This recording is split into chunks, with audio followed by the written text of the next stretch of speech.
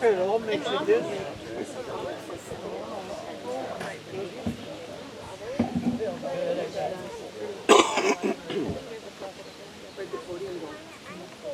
Right back here.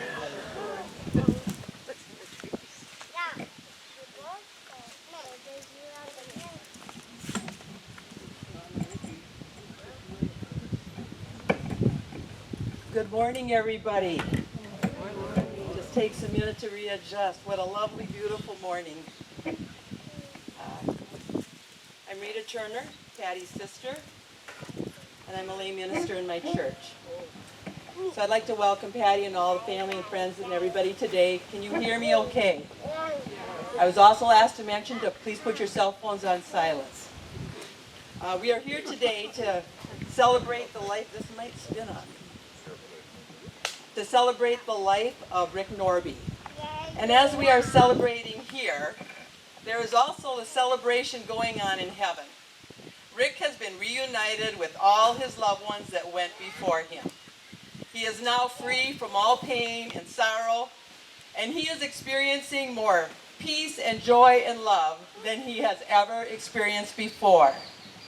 Rick has now attained what we all hope to someday have, eternal life in God's wonderful heaven. As you all know, today the theme is Gone Fishing in Heaven. And did you know that one of the earliest symbols of the Christian faith was a fish?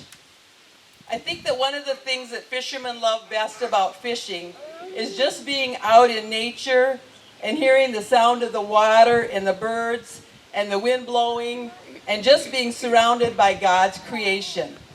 You know, we always kind of had a little joke that this place right here was Rick's idea of heaven on earth. That was his dream when he lived in the cities, that when he retired he was going to move out and be at the lake. He loved the lake place. He spent the last months of his life with his bed by that big picture window looking out here and watching everything and sometimes seeing a couple bald eagles at the same time out there. So this was, and now Rick is experiencing the real heaven. You know, the Bible tells us that God is revealed in creation and that creation displays God's power. Today I'm going to be reading from Psalms 19 and 14, some of the verses, and I'm reading from the Passion Translation. God's splendor is a tale that is told. God's testament is written in the stars. Space itself speaks God's story every day through the marvels of the heavens. His truth is on tour in the starry vault of the sky, showing God's skill in creation's craftsmanship. Each day gushes out its message to the next, night with night, whispering its knowledge to all. Without a sound, without a word, without a voice being heard, yet all the world can see its story. Everywhere its gospel is clearly read, so all may know. Everything I am will praise and bless the Lord. My Lord, my God, your greatness takes my breath away, overwhelming me by your majesty, your beauty, and your splendor. You wrap yourself with a shimmering, glistening light. You wear sunshine like a garment of glory. You stretch out the starry skies like a tapestry, and you ride as a king in a chariot that you made from clouds. Some of you, they thought it was a bald eagle. I guess it was a pelican. A little bit of difference. Rick's probably up there like, oh, you guys. You fly upon the wings of the wind. You, our creator, form the earth. and you hold it all together so that it will never fall apart. You pour the ocean depths over the planet, submerging mountains beneath. Yet at the sound of your thunder shout, the waters all fled away, filling the deep with seas. O Lord, what an amazing variety of all you have created. Wild and wonderful is this world you have made, while wisdom was there at your side. I will keep on praising you, my Lord, with all that is within me. My joyous, blissful shouts of hallelujah are all because of you.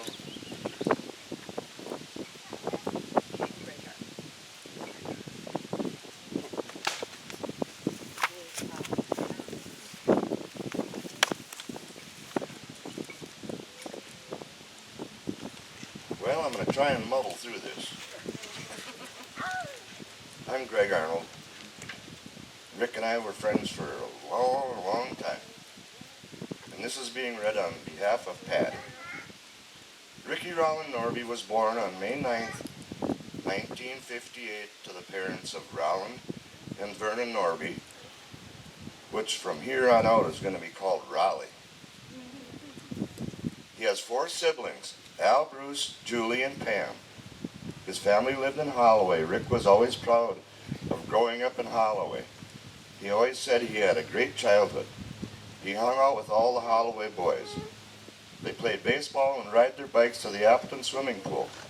He, like all big brothers, loved to pick on his 2 sisters. Rick talked about working at the elevator in the summers. He said his dad, Raleigh, taught him to always work hard and do a good job, even if it was just sweeping the floor. As Rick got older, he also started to clean the church on Sunday mornings. When Rick was 16, he was at a basketball game, sitting in the bleachers with a friend, Donnie, and decided to tease the girl sitting behind him by untying her shoes. It took 3 times of him sneakily untying her shoes before she caught on that it was him doing it. That's how Patty and Rick met. Rick was 16, Patty was 14. Patty wasn't allowed to date until she was 15, so the next year they dated whenever Patty could talk her sisters Lily and Bonnie into letting her go along on their dates, so she would have a ride to and from town. It didn't take long to figure out to ask Greg and Arlen, because they always said yes, where her sisters always said no. Rick played baseball and wrestled all through high school, and I will add, I met Rick playing midget baseball. After high school, he continued to play ball on the Holloway Market team. The team never won a tournament, but often won the beer trophy. I was with him too. Rick went to Wilmer Votech for auto parts. He worked in Appleton at Moe's Farming Equipment in the parts department. But when Patty went to the Twin Cities for school, Rick decided to follow. He got a job at Versatile Farm Equipment Warehouse in Plymouth. 2 years later, when Patty finished school, they got married. Together they did a lot of camping and fishing in the summers and ice fishing in the winters. His idea of a perfect date was ice fishing with Helen and Greg, playing cards and eating sardines on crackers. We went on our first airplane ride to the Grand Caymans with Helen and Greg. It was first of many trips to the ocean. Rick loved the blue ocean and the warm sun.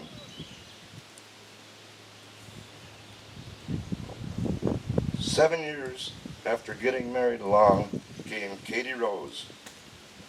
3 years later, Garrett Ricky, and 2 years later, Cassie Jo. The next years were busy raising their kids. Versatile was bought out by Ford Motor Company. Rick and Patty bought their first home in Eden Prairie. We all know how much, sorry, we all know how much Rick disliked living in the Twin Cities. So Patty and Rick bought a very small camper and found a second home at Mill Lake Resort in Alexandria. There they met wonderful people who became a second family.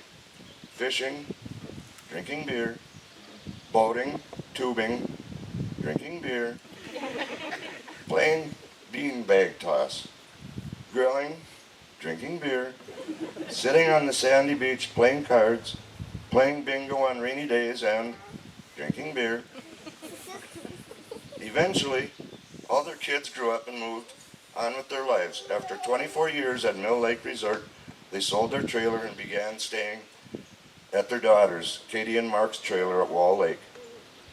Eventually, along came grandchildren, Reed, Tyler, Preston, and Raylyn. Rick had a special bond with Preston. Katie felt Preston had some of Raleigh's spirit in him.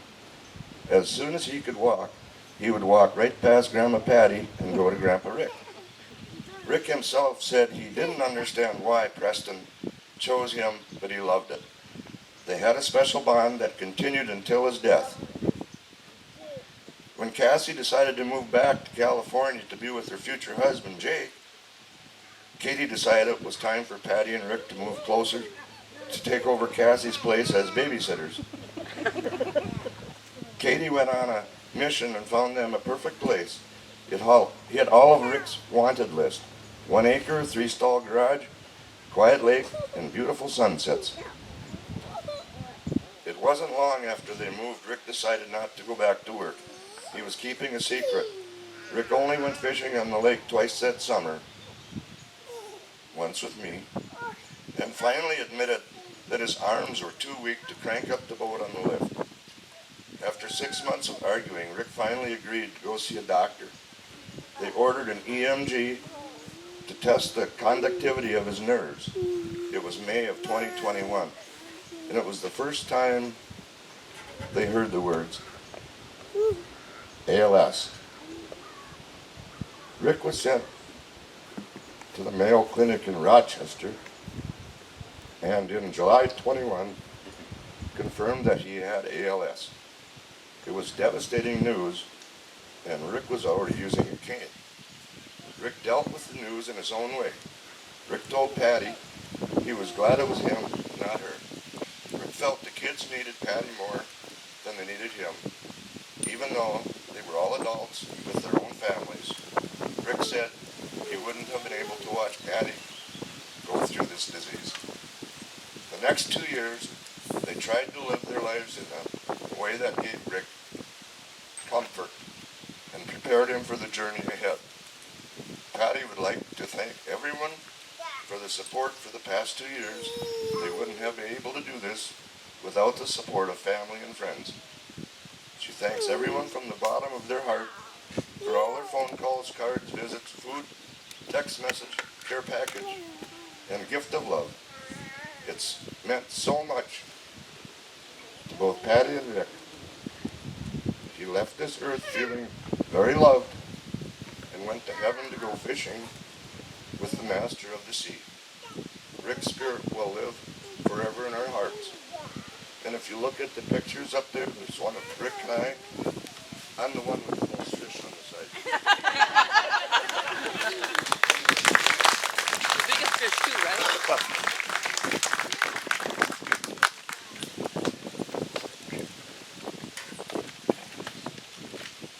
Well, it's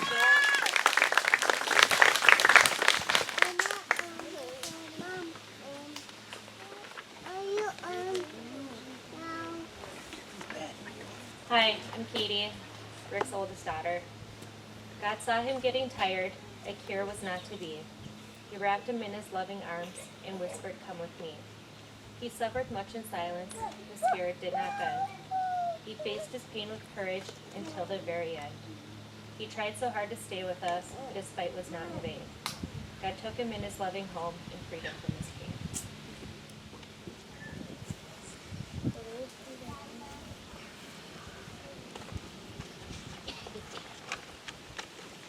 Bree, do you want to come up here and read your poem? tell him this way to keep ordering.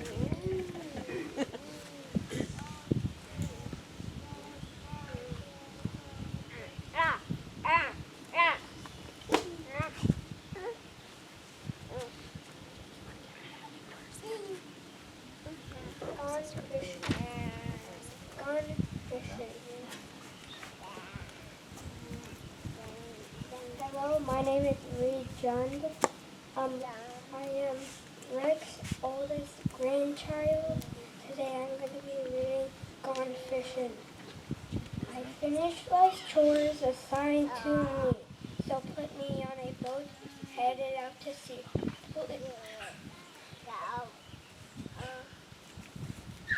Please send along my fishing hole, for I've been invited to the fishing hole, where every day is a day to fill. Every day today to fish, to fill your heart with every wish. Don't worry or feel sad for me. I'm fishing with the master of the sea. But we will miss each other for a while. But you will come and bring your smile. That won't be long, you will see. Till we're together, you and me. To all those that think of me, be happy as I go out to sea. Others just wonder why I'm missing. Just tell them I've gone fishing.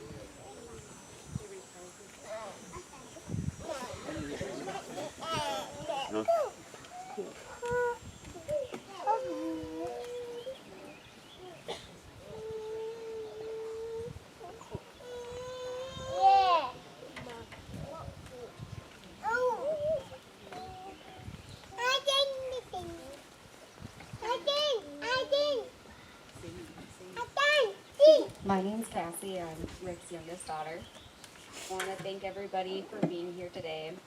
My dad wasn't a very emotional or talkative man, but I know he would have been moved by seeing everyone here. Thank you for all the support you've showed us over the last 2 years, and especially this last month. Now that I'm an adult with my own family, I can appreciate how hard my dad worked to provide for us. Getting up every day and driving into St. Paul, we had a great childhood and had everything we could have wanted. We always knew Dad had cash on him, and no matter how much he bitched and moaned, he always ended up giving us that $20. I'm so thankful we grew up going to the lake every weekend. It was and still is my favorite place to be. Dad always made time to take us fishing and make sure we knew how to tie a hook and take off our own fish. He would take us wakeboarding and tubing behind his boat, and I loved every minute of it. I wouldn't be where I am today if I didn't have the support of both my parents, encouraging me to move to California, move back to Fargo, move to California again, and move back to Moorhead. He supported me when I wanted to go back to school for my nursing degree. I loved telling him all the gross, bloody things I would see just to see him squirm in his seat. I always felt like my sister and I had a special bond with our dad. We could honestly tell him anything and talk to him about everything. Almost being able to share things with him, but I know he'll be watching us. If you grabbed a Miller High Life, please raise it up and join me for a toast.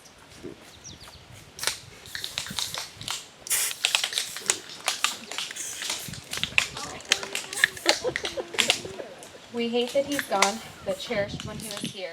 So let's hold up his can and drink the champagne of beer.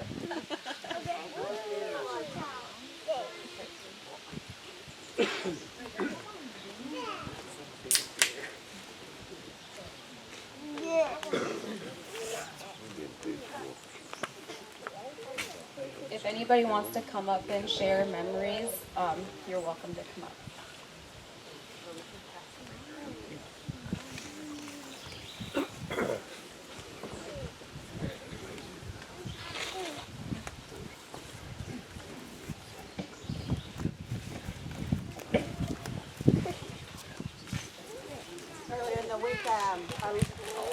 Earlier in the week, the key broke off in the lawnmower, and I had to go into the John Deere in town. And so the guy, said, have you been here? And I said, yes. And what name? So I said, Patty Norby. And he said, nope, no Patty Norby. So I said, check under Rick Norby. And he checked. He said, nope, no Rick Norby. I said, did you guys used to live in the cities? I said, yes. And he said, did you come from Appleton? And I said, yes. I said, you know me? Oh, I know you. And he said, I used to work with your dad at Versatile. That's Mark. And Rick had been into town a couple times. I said, he went to town where you work. And Rick, he just walked around the store. I said, did you ask anybody where Mark was, the old owner, what happened? No, don't do that. And so Mark wrote this from all the guys from Versatile. So he said, Rick Norby, a fellow I met in 1980 and haven't seen since like 94, 95. The last half or so, or those 15 years, I hadn't seemed to need of either, so our lives have been taking different courses. The years in the 80s is about 86 through what great times we all had. Rick, Bob, Nick, and I worked together, we bowled together, played racquetball together, and partied a lot together. The four of us had moved to Minneapolis to work for Versatile of us. None of us knew much about the city, so we banded together and we spent a lot of time together. You would always have to be careful of your answers if Rick asked you a question out of the blue. Often these questions and answers made you build up for his joke. He was a master at it. Who could possibly forget the night of your wedding dance? When the girls brought Rick back, there was lipstick, kisses, and writing all over his white tux. Another time we were at a hospitality event, and all of us, someone came up and asked if we knew where the bathroom was. Rick grabbed a marker and a pen, and he drew a map for the sky, and it led him all around the bar 3 times, and who knows where he ever ended, in the bathroom or not. Even though it was just for a few short years and a lot of years ago, it was great to have known him. I always wondered where you guys were and how life has been. Rick was a dear and cherished friend and co-worker. There had to be some fate involved when you came in for the lawnmower today. I'm so sorry for your loss, and blessings to you and your friends. Long live Rick's memories. Mark and the boys from Versatile.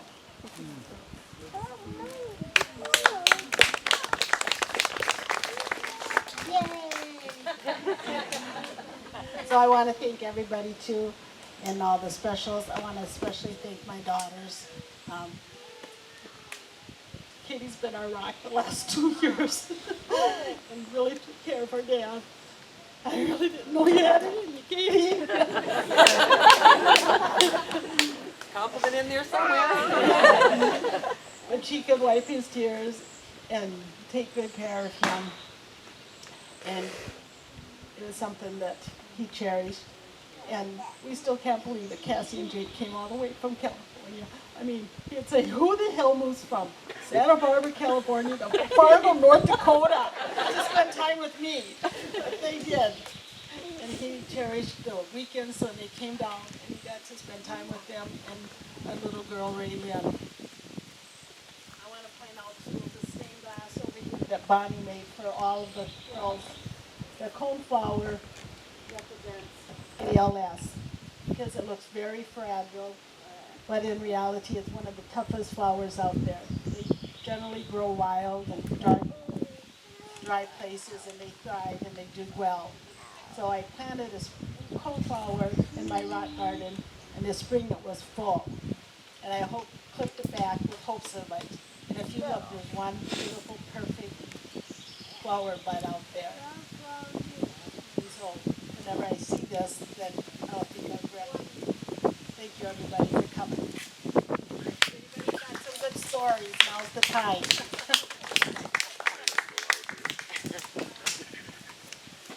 Well, I have a lot of stories, but most of them we promised each other we weren't going to tell again. Some of the funner things we've done, I guess, one time when the kids were little, Cassie was 5, we had 2 6-year-olds, and we decided to go to Cancun for Christmas. And it was $99 round trip, and it included our motel room. So once we got there, it was the cost of doing everything. So we sent Patty and Arlen out to all these freebie things to go to get all these free things we could go to. Timeshares. And Arlen and Rick always looked so much alike that Arlen would use Rick's driver's license because they had to show driver's license. But she kept calling him Arlen, but his driver's license said Rick. So they started calling him Rick Arlo. Rick Arlo. Because they couldn't figure it out. I guess our last trip down there to Mexico, Valentino, Arlen, and I, we went shopping, and the guys got tired of us shopping. So they decided to take a taxi and go back home. They got in the taxi and were headed home. And the taxi driver asked them what they're doing, and Arlen said, "The women's shopping." And that's how he said it. Well, Rick starts laughing immediately. And the guy's like, "Oh, I can help you out." And Arlen's like, "Well, how do we get him to stop shopping?" You know, type thing. Now, Rick knows that he thinks they are women's shopping, not women's shopping. And so Rick goes right along with it and just laughing and laughing. And Arlen, you know, he's just like, yeah, they always shop, going on about this, not catching on to Rick's laughing so hard. One other time, we all went out camping and we had our fold-down camper. We were all piled in there. Arlen had a little bit too much to drink and was sleeping on the lawn chair for the night. And we had this black lab that kept coming through our camp all day. He'd come up and give Arlen a great big lick up his face about 2 o'clock in the morning. And Arlen opened his eyes and all he could see was black. And he started screaming, "Bear, bear, bear." And he's ripping and tearing, trying to get in the camper. And Rick is laughing so hard. And so we all settle down, we get Arlen in the camper, and Donna Ashman's not here yet. She's on her way, I know. But anyway, she was with us, and my nickname is Mouse, but people didn't know that. So our Sarah is sleeping over with Rick and Patty, and she decides she needs a drink of water in the middle of the night. So Patty yells, "Mouse, Mouse." Donna Ashman flies straight up, hits the ceiling, and she's screaming, Where? And we're all looking at her like, "What are you talking about?" Well, I mean, that night we laughed harder than most nights. But we have been to Mexico a couple times with them. We were in the Dominican Republic. We've been to Florida, Colorado, Rapid City. Yeah, we've done lots of trips with these guys. But Rick is laying on a beach down in Mexico. I know it now. Maybe beach in heaven, huh? Yeah. Who's next? Oh, there's got to be some from the Norby side. Come on. Anybody want anything you want to share? I know he told me I threw away his key for his motorcycle. I did it, but I didn't do it. Anybody anybody else have any memories they'd like to share?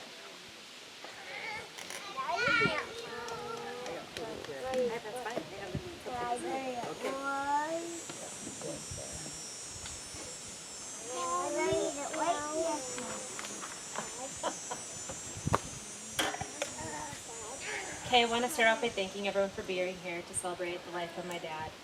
Your support for the past 2 years has meant everything to our family. But I want to say a special thank you to our husbands. Mark, thank you for your flexibility, support, and understanding for the past 2 years. You are the best husband, father, and son-in-law. Jake, thank you for supporting Cassie when she decided to plan a small backyard wedding in 6 weeks because you understood the importance of having her dad walk her down the aisle. And then later moving across the country so the family could spend time together. I know that extra time with Cassie, Raylan, and yourself meant a lot to him in his last few months. ALS is a terrible disease and it took everything away from my dad. But the one thing it gave us was time together. I quit my job and spent the next 2 years as a part-time caregiver. It was never a chore or a job, it was an honor. And I will always cherish those moments we had together. Driving around in his truck, him watching me mow as I hit all of Mom's landscaping bricks, him on the deck just shaking his head and smiling, sneaking him one more beer when Mom wasn't looking, watching football, tons of Alaska TV shows, Minnesota sports, or just taking our afternoon naps. He was my best friend. Every time he lost an ability to do something, it broke my heart, and we knew he was one step closer to the end. The end came fast and was pain-free. We listened to 70s rock music, looked through photo albums, and laughed about memories.